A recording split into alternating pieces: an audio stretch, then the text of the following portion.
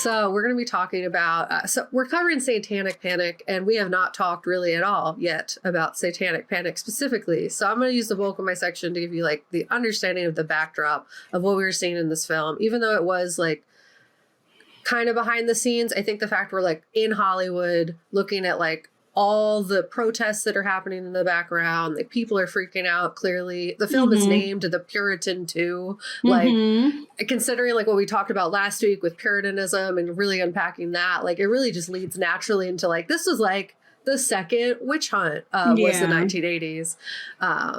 So the Satanic Panic of the 1980s was a widespread moral panic that gripped the United States and other parts of the world, characterized by the fear of satanic ritual abuse and the belief in a vast underground network of satanic cults. So different from today. Yeah. Lizard people. Yeah. This phenomena was fueled by sensationalist media, religious fervor, and societal anxieties. It all comes from stress. People just want answers, and they're like, fear is the answer, and it's not.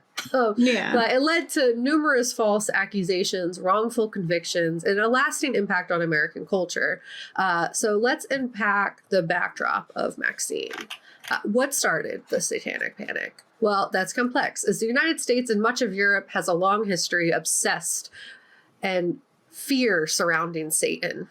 Everyone is scared of Satan. That is America and Europe. Like, it's a big part of our history and our culture.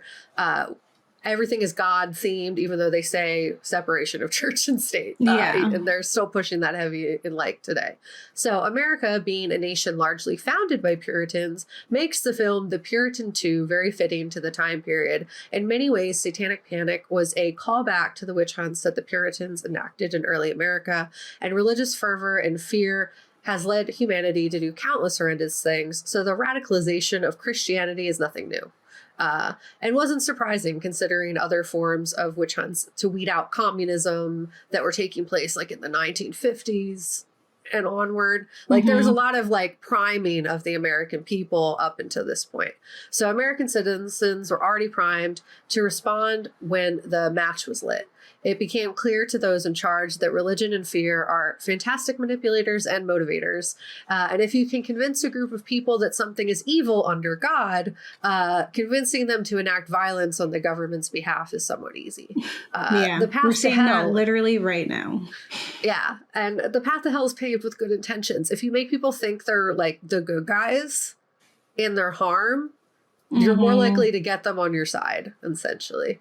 So the match that lit everything on fire, apparently, was a book called Michelle Remembers, which I learned about through a CBC.Canada article. And the publication of Michelle Remembers in 1980 was published by psychiatrist Lawrence Pazder and his patient Michelle Smith.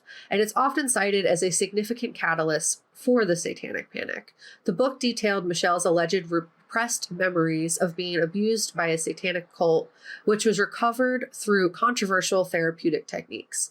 And this book played a crucial role in spreading the fear of satanic ritual abuse, and it sparked a global panic about satanic cults, leading to widespread investigations and prosecutions based on the recovered memories of satanic ritual abuse. The book's horrifying allegations and the involvement of the Vatican gave it credibility in the eyes of millions of people around the world. It also led to the promotion of the book by the Catholic Church and the development of an official investigation into Michelle's stories by the Pope. Like the literal Pope. He was like, wait a second. He literally wrote the foreword for the book. Like I That's went insanity. into archives and like read a little bit of it. And insane. The foreword for the book is like, the Pope says this seems real, basically. So the book's influence extended how law enforcement, mental health professionals, and social workers who were instructed on how to investigate satanic abuse, they influenced all of that. So, and additionally, copycat cases appeared across North America and spread to the UK, Europe, Australia, New Zealand, and Brazil. So people basically trying to capitalize on the same like momentum that Michelle Remembers got, we're kind of saying the same things. That's also why you see like so many films around like The Exorcist, and like Hollywood really tried to capitalize off of this as well. So The book's impact were later discredited and debunked after it became clear that there was no physical evidence to support Michelle's recollections. She just wrote a good book. And in addition to these books attempting to create credible claims of satanic abuse, the role of media, particularly tabloid media, in spreading and sustaining panic cannot be overstated. Sensationalist reporting on the alleged satanic activities kept the public engaged and fearful. As described in the American Hysteria, How the Satanic Panic Changed American Society in the 1980s by Hal Johnson, they say tabloid media sold because it was outrageous and just truthful enough for people to not want to fact check what they were reading. This type of media coverage not only fueled the panic, but also influenced the content produced by Hollywood as filmmakers and producers sought to capitalize on the public's fear. The political and religious climate of the 1980s only furthered the public's fears, and the 1980s saw a resurgence in Christian fundamentalism and conservative politics in the United States. Influential figures like Jerry Falwell and Ronald Reagan played a role in stoking the fears of Satanism. And the document Patriotic Pandemonium, Examining Moral Panic and Civil Religion in the American Satanic Panic of 1980 to 1994, notes that the Reagan administration approved federal funding for the FBI investigations into several facets of the Satanic Panic, including serial killers, victims' rights, and the rise of pornography. And this political and religious climate created a fertile ground for the panic to take root and spread. So how did this impact society? There are legal and social consequences. So the Satanic Panic led to numerous false accusations and wrongful convictions. High-profile cases such as the McMartin preschool trial became emblematic of the hysteria. I was going to bring that up. It's going to be like the school. Yeah. And in Hal Johnson's paper, the author explores 3 court cases: the McMartin case, the San Antonio Four, and the case of Bernard Baran, to understand how the Satanic Panic affected different regions of the U.S. These cases highlight the devastating impact of the panic on individuals and communities, as well as the role of falsified evidence and societal prejudices in perpetuating the hysteria. There was also as any kind of like Christian fear induced witch hunt would do, there was especially targeting of minority groups. The panic was often used as a pretext to target minority groups, including the LGBTQIA community, as noted in Hal Johnson's paper. The Satanic Panic, as we discovered over the course of this research, was an excuse of conspiracy theorists to target minority groups, something that is still happening today. And this aspect of panic underscores the intersection of moral hysteria and a broader social prejudice and discrimination. How did Satanic Panic impact Hollywood and pop culture?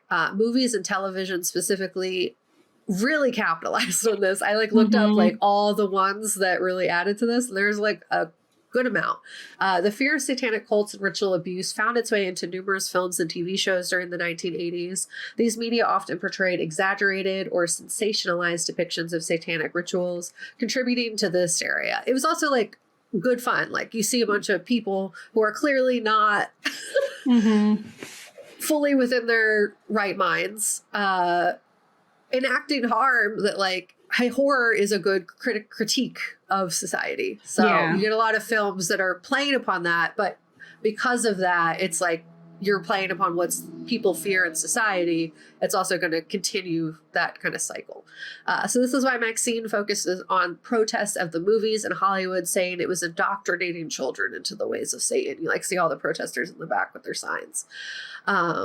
So television shows that stoked the flames of fear. We had a 60 Minutes episode in 1985, a segment on Dungeons and Dragons linked the game to satanic rituals and teenage suicides. D&D, and it's become popular with children anywhere from grammar school on up. Not so with a lot of adults who think it's been connected to a number of suicides and murders. Geraldo Rivera's Devil Worship, Exposing Satan's Underground in 1988 claimed to expose a network of satanic cults in America.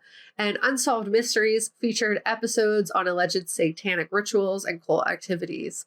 Movies that did the same, we have The Exorcist, Rosemary's Baby, The Amityville Horror, Mazes and Monsters, The Omen, Poltergeist, Hellraisers, and The Devil's Reign.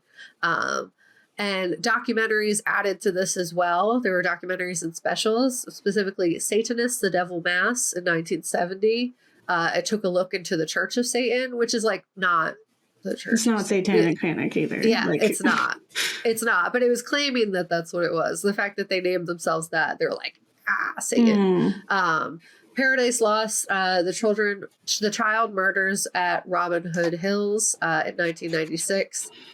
Examined the wrongful conviction of West Memphis 3 based on satanic ritual abuse allegations. So some of them were like, there's two other documentaries after Paradise Lost that continue the fight, because it's jump started the like armchair sleuths kind of like the first like website that was dedicated to like exonerating these young people, but they like just like decades later were released and have significant like deteriorated like mental qualities because they spent since their youth in prison. So there's like a whole conversation even to be had just about the effects of incarceration. But yeah, it was because they were 3 goth kids. One was like, he was on the spectrum, and then 2 they were all just goth kids. And these boys were killed, and so they were like, must be them weirdos. Ugh, that's horrible. Okay. It extends off into the music industry, particularly heavy metal and rock genres, was also heavily scrutinized during the Satanic Panic. Bands and artists were often accused of promoting Satanist or satanic messages through their lyrics and imagery. Possibly satanic messages on some rock music recording. The scrutiny was part of a broader cultural movement that sought to find and eliminate perceived threats to societal morality. Like you were saying about like in England, there were a lot of like push for censorship because they didn't like what they were seeing in media and in like teens growing up and just like the world. And there's also a lot of anxiety around like, because we talked about in the previous episodes that we've covered about like how teenagers and kids grew up during this time and like being separated from their parents were much more anxious about like what their kids were doing without them present. So there was a lot of assumptions being made through fear and what TV was telling them and like, etc. The article, The Devils in the Details, Analysis of Satanic Panic by Travis James Brooks from University of Memphis highlights how the conspiracies incorporated Christian ideas about literal Satan, which influenced public perception and media portrayal of musicians and their work. So essentially they like played upon the fact that people genuinely believed in Satan because of their religious beliefs and used that to drive fear and hatred. So the Satanic Panic of the 1980s was a complex and multifaceted phenomena that had a profound impact on American society. It was fueled by sensationalist media, religious fervor, and societal anxieties, leading to numerous false accusations, wrongful convictions, and a lasting influence on Hollywood and pop culture. The panic not only reflected but almost amplified the public's fears, leaving a legacy that continues to resonate in contemporary conspiracy theories and cultural narratives, and what led to media like Maxine and the original X being created, to really bring focus back to that impactful time period that did so much to define the horror genre, but also like media as a whole. And in that way, I think I do appreciate Maxine a bit more than I did when I watched it in theaters, just like for the fact it was trying to do that. Yeah. And that's nice. I love when media is trying to say something. That's cool. And then when it makes me think about history and have to learn about something, but sometimes it's like, you're trying to do too much. So even though I did leave me wanting for more, I appreciate the nods it gave to history. And if you want to do some like additional reading, there's a whole article at NPR that goes through how Satanic Panic has returned through QAnon and like the current political landscape that we're in, and like kind of pulling on like how people are being manipulated to hate and fear now. So if you want to read that, that is going to be in our blog as an additional reading.